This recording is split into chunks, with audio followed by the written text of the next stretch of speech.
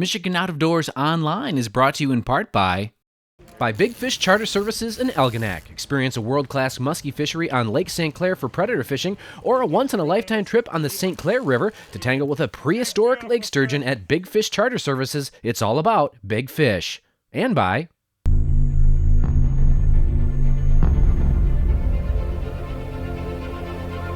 quick and easy setup. Silent operation. 360-degree shooting.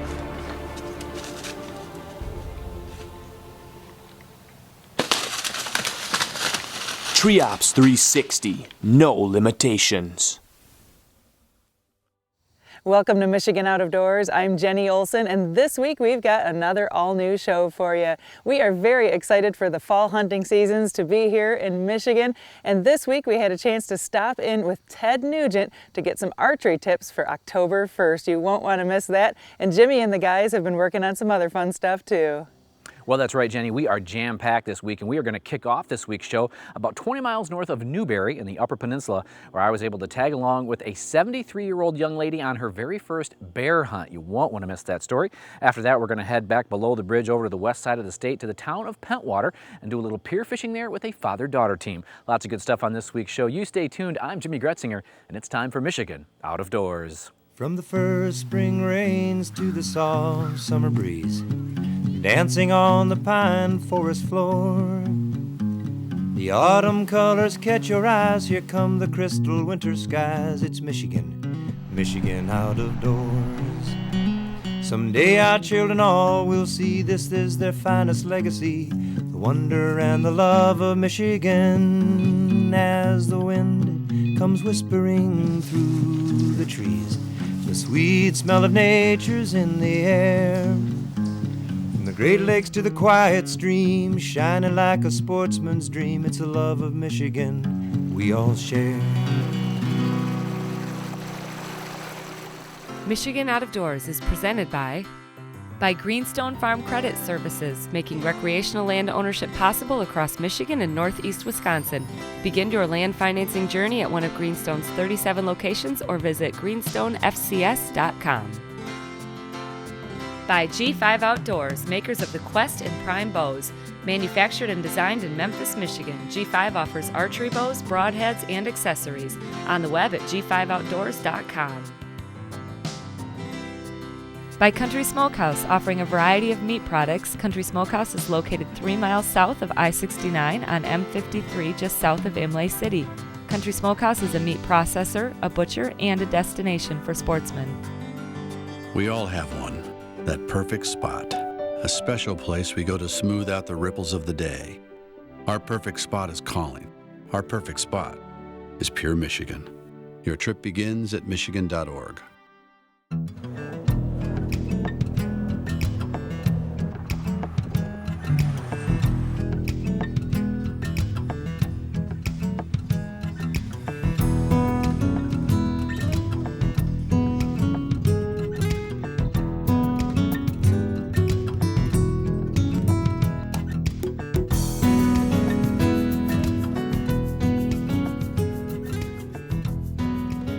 There are many cabins tucked away in the Upper Peninsula, and I got to spend some time at one that I hope to return to.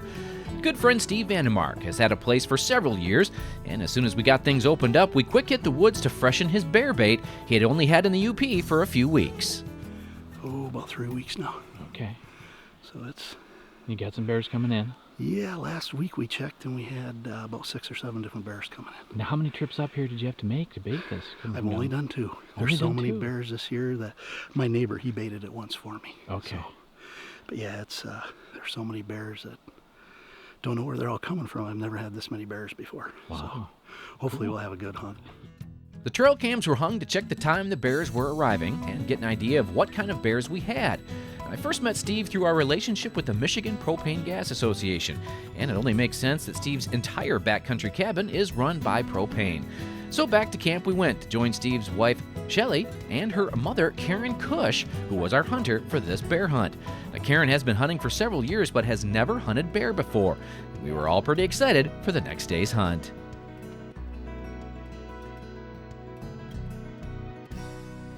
what it is. Yes, turkey bacon. I have to say I was a little nervous of the turkey bacon, but I powered through and we got ready to hit the woods. Well, it's about 9 o'clock or 9:30 right in there. We're getting ready to head out here in about another hour, hour and a half. The weather is absolutely perfect. It's about 60 degrees, 55 right in there. We had a little drizzle. I think the bear are going to be up on their feet, and I think they're going to be hitting the bait. So I think our chances are pretty good this morning. And tell me, why did you pick the spot that you're only baiting one spot up here because it's a long ways from home. How'd you pick the spot you did? Well, the licenses are limited this year. Normally I bait 2 spots, but I only know of one other person within this 5,000 acre area that's baiting bears. So the less spots you have, the less they have to go to. And according to our camera, we have multiple bears hitting this spot. So it's really paid off, I think. Plus, where we're baiting, I picked a spot because it's down in the swamp.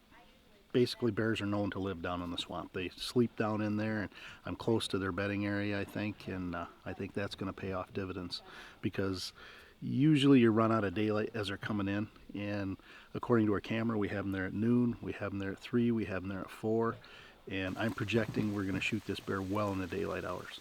Not long after we got into the woods, a large thunderstorm hit and we waited it out. And when the sun broke back out, well, you know what? The bears were on the move. Just take your time.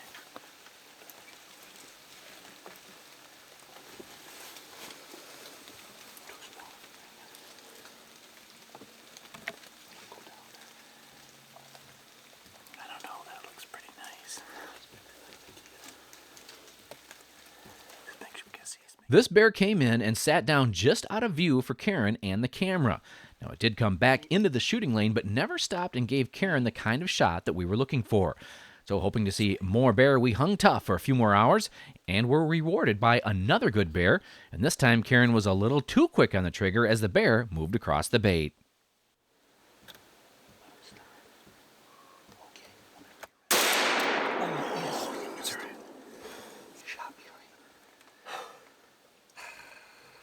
Well, fortunately, it was a good, clean miss, which can happen to us all.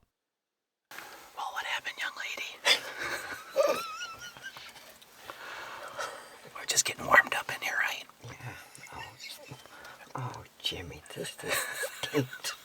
Hey, that happens to all of us. I know, but we've waited all day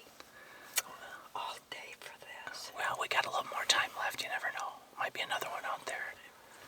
I was thinking that we were probably done for the day, but wouldn't you know, 2 hours later, we watched a bear slipping our way, and Karen settled in for another shot.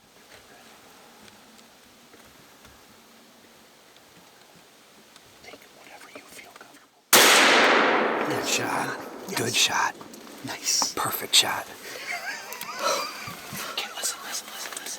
Okay, listen. See if we hear a death moan. Well, we quickly quieted down to listen for the bear, but we heard nothing. And we knew the shot was good, so we started the search. Well, are you calming down at all? No, and I don't think he's seeing blood. Well, it might take a little while to find some. Okay. It's awful wet woods, too. Oh, yes. Shot looked really good, though. Nice job. Thank you. Now, you've never hunted bear before, right? Nope, never seen one in the woods. Wow. Oh, Jimmy, this is something else. I think I better hang up my hats. This is your last one? Yes, I think this is, yeah.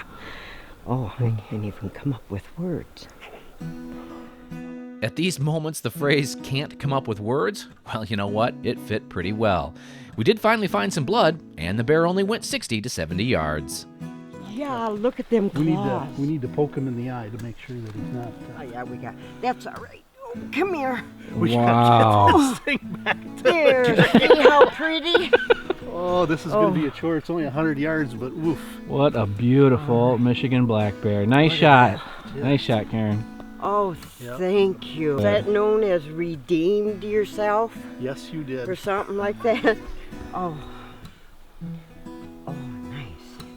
That couldn't have worked out Oh, better. Shelly's going to be so happy. She ain't going to believe it when we tell her this. And Well, as many of you know, getting back to camp and telling the story is a big part of any successful hunt. Jimmy and I could not see the first one. It just got behind trees and limbs and 9 minutes it was on the pile, and I'm like, he can see it, but come he's not in the he's not in the blind where Jimmy and I are. Okay. And he can see it. So okay.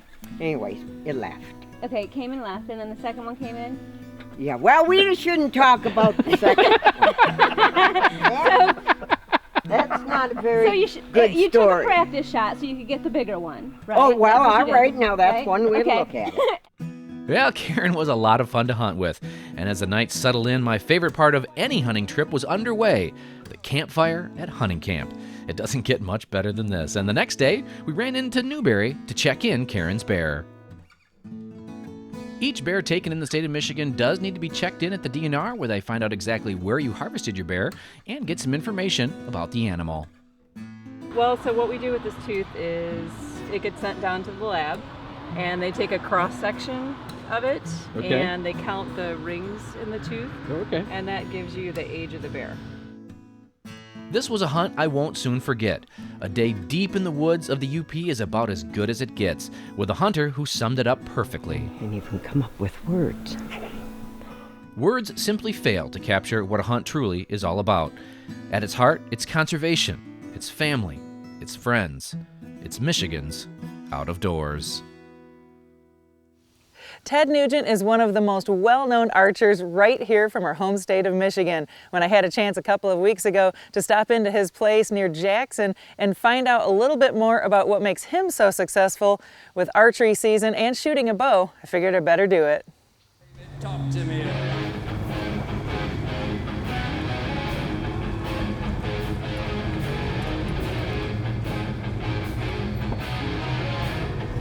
All right.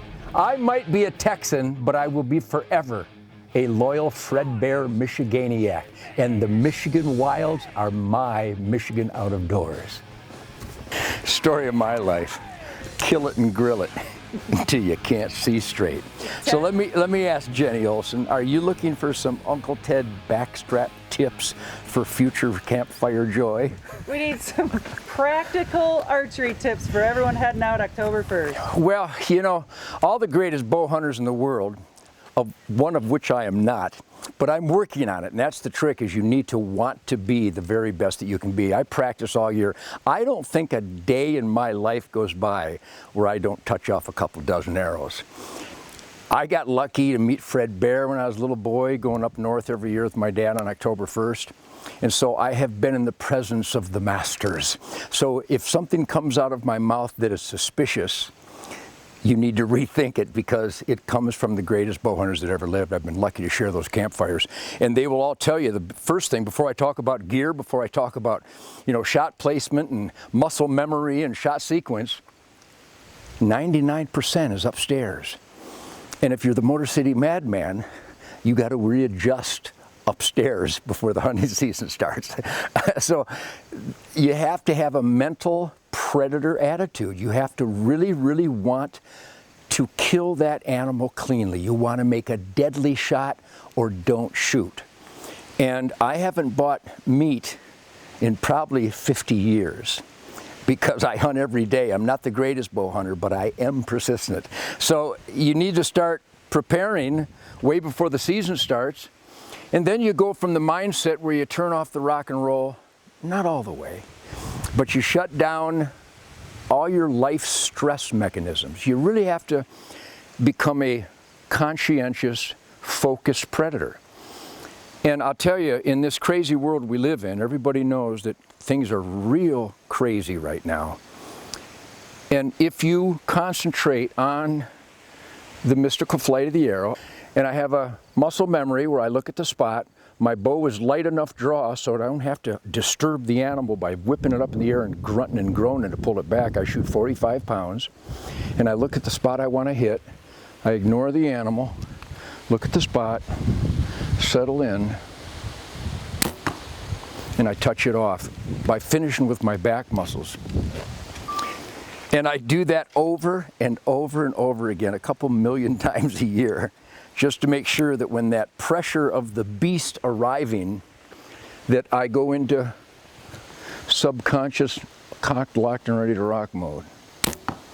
and we all have a variation of target panic, but if you own that trigger, make sure your release body is short enough so that you're not just using the tip of your finger, you're in trouble. And that's not Ted Nugent talking, that's Randy Ulmer and the Olympic coaches that I spend time with. You want to wrap that finger around so that you're already taking up the slack like you would in a sniper rest rifle crosshair condition. We're not talking about bowling, and a gutter ball doesn't hurt anybody. Gut shots and bad hits, they happen because we're human, but we can apply ourselves to minimize and make sure you limit yourself to a deadly shot. But it's about mindset, reasoning, conscientious predator, and I don't want to hear this nonsense that the kill is anticlimactic.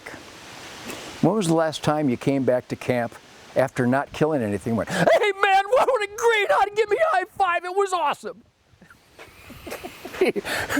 The provider of protein for your family is a great celebration, and the kill is climactic because it's so difficult, especially with the bow and arrow, that if you make a kill, it's something to truly get excited about and celebrate. And those that think we're being disrespectful to the animals by getting all excited afterwards, they're missing the whole point. That must either be a non-hunter or an anti-hunter or just a limited individual. The excitement levels, like our Aboriginal ancestors who danced naked around the fire, screaming and going nuts and slicing meat and sharing it with everybody. It's a moment of great jubilation when you finally put it all together and you've done your homework and you've done your scouting, you use the wind and you scent control and you sneak and you use stealth and you practice. That's a moment of grand celebration, and it certainly is with me. I've killed thousands of deer and thousands of big game animals, and I'm not bragging because I'm still only running about 8% of my days of field because I'm getting more selective as I get older. But every hunt is like the first time, almost like the first time. That shot placement is more important than anything.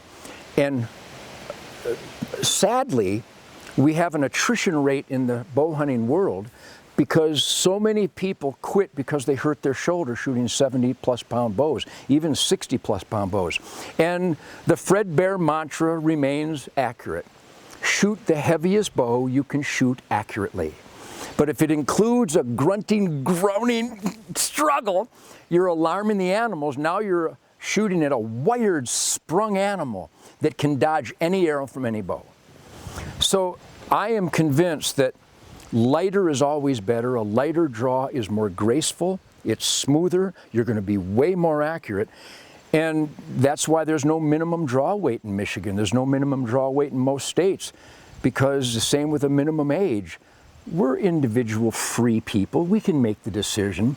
If you really wanted to stop wounding animals, you would ban bows over 60 pounds. And my arrows go clean through them and stick in the dirt. I mean, I don't know how much dirt you need to penetrate. So if you can shoot a 70-pound bow gracefully, you should. But a lot of guys are trying to, and they shouldn't. So if you like what you're shooting, stick with it. If you're having a little struggle with your shoulder, and if you're lifting your bow up above the line of sight, you're shooting too much weight. Not Ted Nugent's opinion, that's just science. So to each his own, it's all about choice, but I'm convinced that more people shooting lighter draw weight bows are going to be much more efficient, have more fun, and bring home more backstraps. And if there's anything else more important than that, call me. So there you have it, some archery tips from Ted Nugent. Use a draw weight that you can shoot accurately and without straining. Consider finger placement on your release for a smoother shot, and mentally prepare for the enjoyment of the hunt and the responsibility of making a quick, clean shot on your quarry. Good luck to all the sportsmen and women hitting the woods on October 1st here in Michigan's Out of Doors. Well, it's always fun to have Ted Nugent on the show, and whenever we do, we get a lot of people who have strong responses when it comes to Ted. People that either really love him or people that don't. But one thing that you can never dispute about Mr. Nugent is his passion for the outdoors, and we appreciate that. Speaking of passion for the outdoors, we're now going to visit with a father-daughter team on the Pentwater Pier who love fishing that part of the state, and it's really great to see a father passing on his love of the outdoors to his daughter. few weeks back found me on the Pentwater pier on a day that really nobody would pick to go fishing. But when you have to pick a day, you go with what you got. Today I was joining Katie and Dean Munson, a father-daughter team that loves to fish all over, and they just happen to be camping at the state park here in Pentwater, which is really where Katie got her start.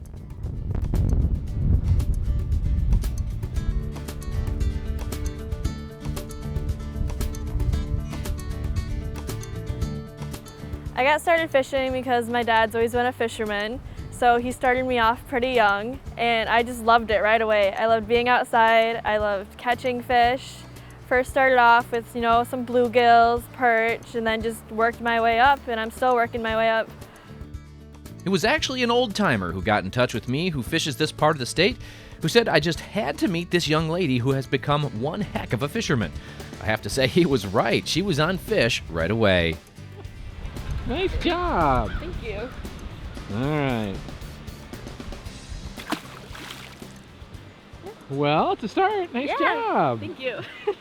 Now, Dean wasn't sure we would even catch fish today, but he does know this stretch of water very well. I've been fishing here since I was a young boy. I just started fishing here, and when I was camping, our family would always come up here to camp, and I started fishing for whatever fish. There's always a big variety of fish to catch here, but I really enjoy the smallmouth bass because they're the really good fighters in that and challenging, so I just kept on from there. So we used like a light spinning rod with about 8 or 10 pound test line, and we drift a crawler or sometimes a pike minnow. Would put a split shot about probably a foot to 16 inches up above there, and we'll kind of drift it right off the bottom there, and the fish usually pick it up there then. So it's fun. It's fun being outside. You get to meet new people. It's so pretty up here, especially around here, Lake Michigan. It's so pretty. I just love everything about it. I know I am biased living on the west side of the Lower Peninsula, but to be honest, so many parts of our state have such beautiful places to fish.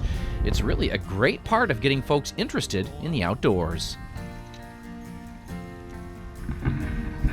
Well, start them out young and start them out where they can catch fish. Like usually a marina is a pretty good place to go, where the action is, pretty good action, where they can catch like bluegills and that. And usually when they're that young, they don't really care what they catch as long as they catch something, and then you just keep on, as their skill level increases, just keep on, moving them up from there to more challenging fish. So, she picked up on it really quick. It's just funny how quick she picked up on it and started just catching some really nice fish in that. So, the boys in that would. They didn't know how to react to a girl fishing and a girl being successful at fishing on top of it, so they were kind of intimidated by her. So, but, she's a good fisherman, so. I think we all wish we could spend more time with our kids in the outdoors. Katie is 17, and finding time for them to get away is tough. So when you have time carved out, make sure that you go even though, like today, when the conditions are not that great.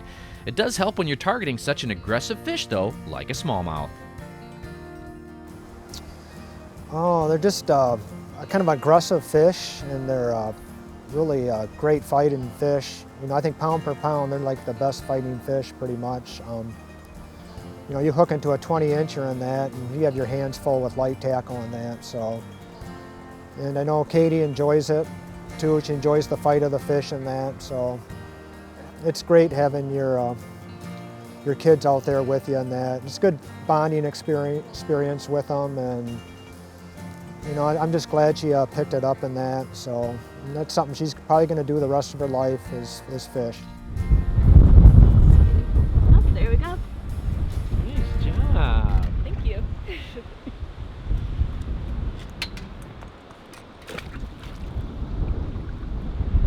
Well, you're finding a few down there. Yeah, I guess so.